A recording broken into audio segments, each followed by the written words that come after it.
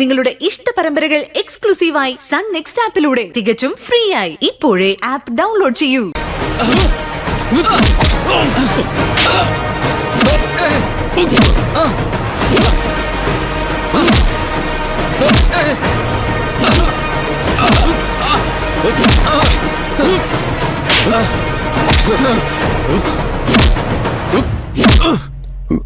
റസാഖേ,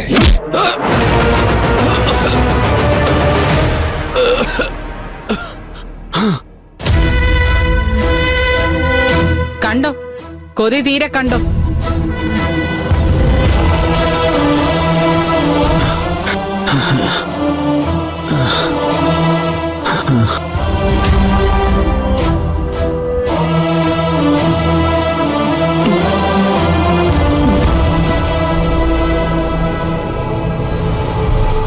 മുതലാളി എന്നോട് ക്ഷമിക്കണം. മനസ്സറിഞ്ഞല്ല ഞാൻ ചെയ്തത്, ഗതികേടുകൊണ്ടാ. വേറെ വഴിയില്ലാതായി പോയി.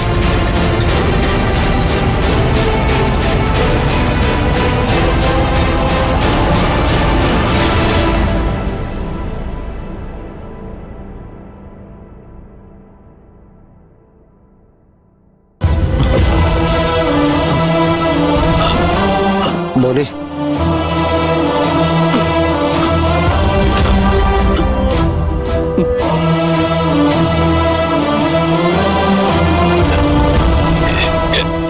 എടാ, നീ എന്നോട് ക്ഷമിക്കണം. അറിഞ്ഞില്ല, ഏട്ടനൊന്നും അറിഞ്ഞില്ലടാ. വൈകിപ്പോയി. ഞാൻ നിരപരാധി ഏട്ടാ.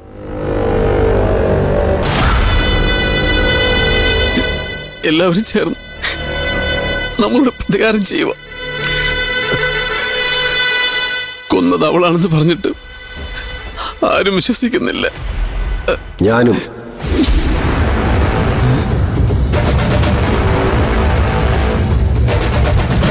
കൊന്നത് ആരെങ്കിലും ആവട്ടെ, പക്ഷേ നിന്നെ ഞാൻ രക്ഷിക്കും.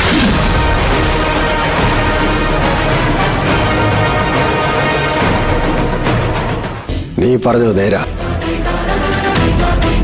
പ്രതികാരമാ, ഒരാളുടെ അല്ല,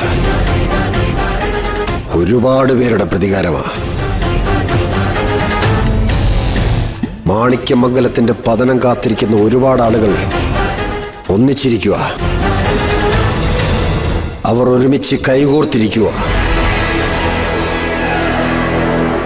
നീയല്ല അവരുടെ ലക്ഷ്യം, ഞാനാ. വിശ്വനാഥൻ, മാണിക്യമംഗലത്തെ വിശ്വനാഥൻ. അവരെന്റെ ചിറകിന്റെ തൂവലുകൾ ഓരോന്നോരോന്നായി അരിയുകയാ. വേദനയില്ല, നിരാശയുമില്ല.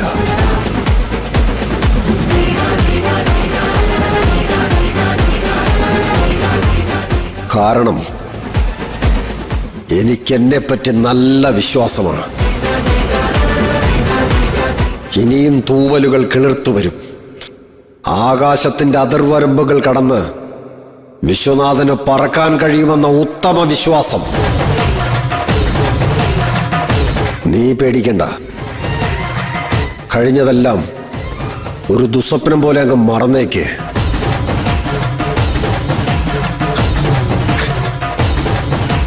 ഈ ഏട്ടൻ ജീവനോടെ ഈ ഭൂമിയിലുണ്ടെങ്കിൽ നിന്നെ ഞാൻ പുറത്തിറക്കിയിരിക്കും. എനിക്കറിയാം ഏട്ടാ, എനിക്കറിയാം. നീ എന്തിനാടാ കരയുന്നത്? ആണുങ്ങൾ കരയുന്നത് കാണാൻ ഒരു ചേലുമില്ലടാ. കണ്ണീരെല്ലാം പെണ്ണുങ്ങൾക്കല്ലേ? അവരെ കരയിപ്പിക്കുന്നവരല്ലടാ നമ്മള്. കരയാൻ കിടക്കുന്നതല്ലേ ഉള്ളൂ. ചതിച്ചവരും കൂട്ടുനിൽക്കുന്നവരും. കഴിഞ്ഞില്ലേ ഗീർവാണങ്ങൾ? കഴിഞ്ഞെങ്കിൽ പോവാം. ഞങ്ങൾക്ക് ഇനി ഇവിടെ ഒരുപാട് പണി ബാക്കിയുണ്ട്.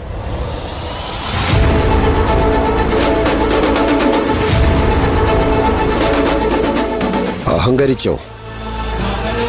അഹങ്കരിക്കാവുന്നതിന്റെ പരമാവധി അഹങ്കരിച്ചോ? കാരണം ഈ അഹങ്കാരത്തിന് ഇനി അധിക ആയുസ്സുണ്ടാവില്ല. ഞാൻ അങ്ങോട്ട് പറയേണ്ട ഡയലോഗ് അല്ലേ വിശ്വനാഥ മുതലാളി ഇത്?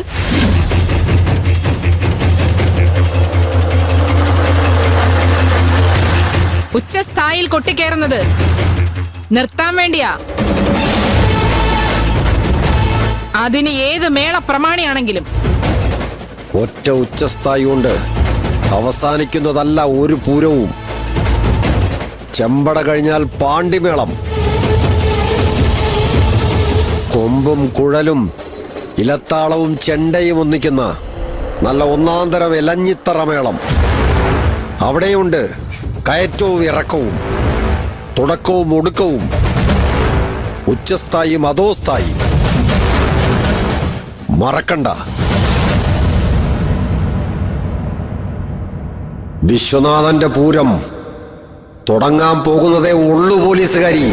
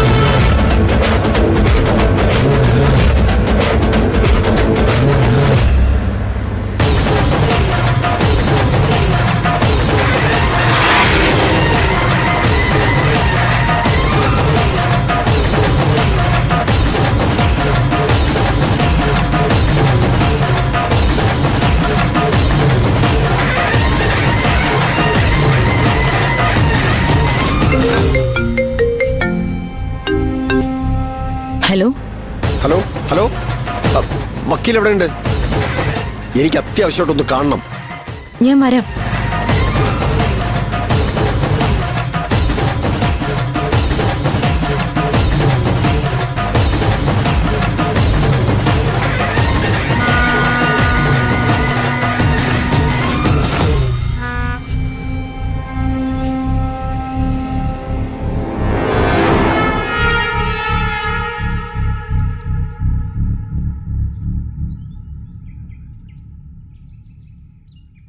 എന്താ സാർ അത്യാവശ്യമായിട്ട് കാണണമെന്ന് പറഞ്ഞേ?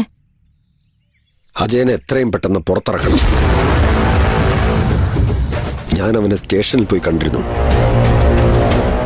അവരവനെ വല്ലാതെ ഉപദ്രവിക്കുന്നുണ്ട്. കണ്ടിട്ട് എനിക്കത് സഹിക്കാൻ പറ്റുന്നില്ല.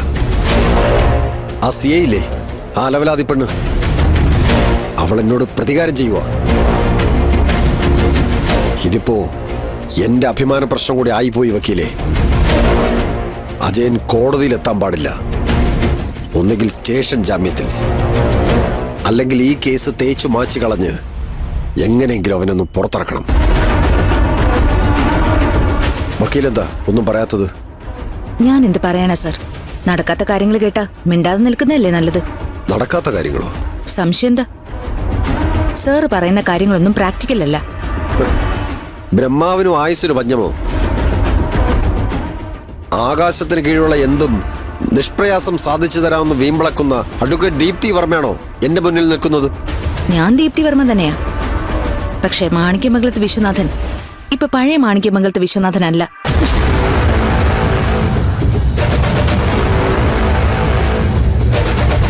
ഈ പറഞ്ഞ കാര്യങ്ങളൊക്കെ ചെയ്യാൻ സാറിനിപ്പോ കാശുണ്ടോ? ലക്ഷങ്ങളല്ല, ചിലപ്പോ കോടികൾ വേണ്ടിവരും. സ്വത്ത് മുഴുവൻ ആ പെണ്ണുങ്ങളുടെ കയ്യിലല്ലേ.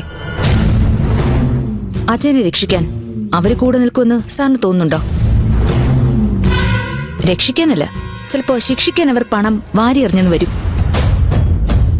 ഈ അവസ്ഥയിൽ നമുക്ക് എന്ത് ചെയ്യാൻ കഴിയുമെന്നാ സാർ പറയുന്നത്?